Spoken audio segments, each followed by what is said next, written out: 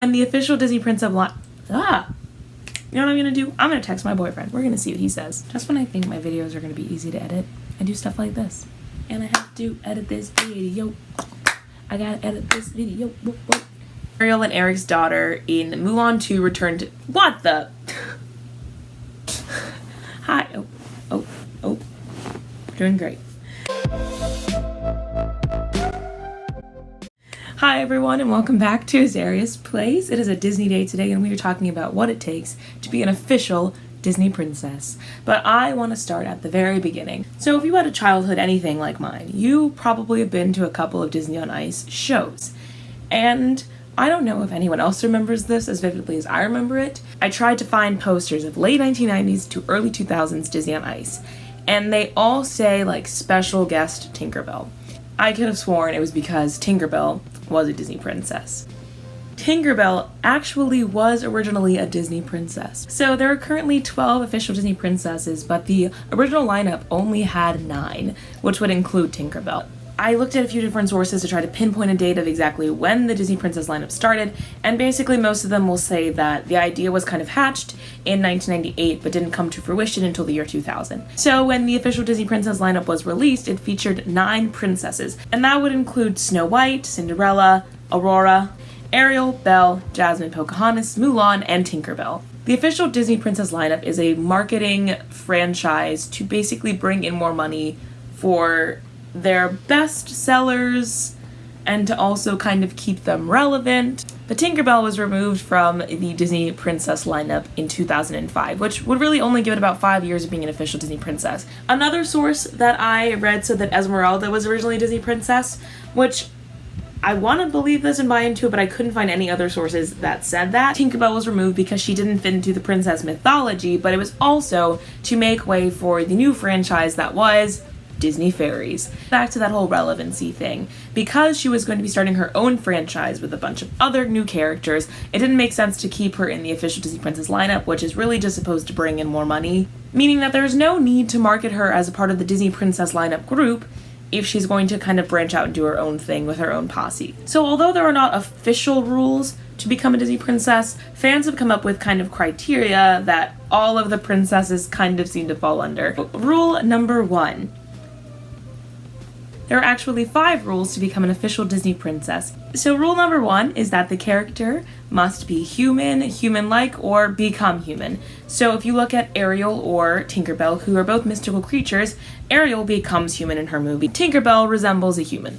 So when you look at a character like Nala from The Lion King, she's automatically eliminated from the running without looking at any of the other rules because she's a lioness. Rule number 2 is that the character is a main or significant role in an animated Disney or Pixar film. So for example, in the case of Princess Jasmine, although she's not the titular character, meaning the movie is not called Jasmine, but Aladdin, she does play a significant role in the film, and if you don't know why, you probably haven't seen the film. Rule number 3, the character is not introduced in a sequel. So this automatically takes out characters like May, Ting Ting, and Sue, who are the Emperor's daughters in Mulan 2, as well as Princess Melody, who is Ariel and Eric's daughter in The Little Mermaid 2: Return to the Sea. And rule number 4, the character either is born royal, marries royal, or performs an act of heroism, which was later added because of Mulan. So in the case of Moana or Pocahontas, they are considered princesses as they are daughters of the chief. So they automatically are born royal in this category. And as far as performing an act of heroism, Mulan just casually saves China.